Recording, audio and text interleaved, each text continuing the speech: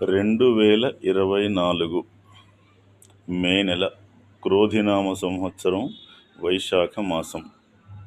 ఈ మాసమందు మిథున రాశి వారికి, కన్యా రాశి వారికి కూడా గ్రహ సంచారం పెద్దగా అనుకూలంగా లేని కారణంగా ఏ పని చేసినా కూడా ఆయాసము, నీరసము, నిరుత్సాహము కలిగే అవకాశం కనిపిస్తుంది.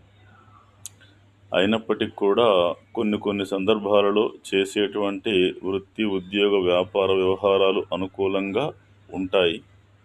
అంత మాత్రాన తొందరపడకుండానే ఆలోచిస్తుండాలి. ప్రయాణాదులందు కానీ, బంధుమిత్రుల విషయంలో కానీ, ధనం విషయంలో కానీ, ఇచ్చి పుచ్చుకునే విషయంలో కానీ, ఆరోగ్య విషయంలో కానీ అనేక రకాలైనటువంటి జాగ్రత్తలు అయితే అవసరం.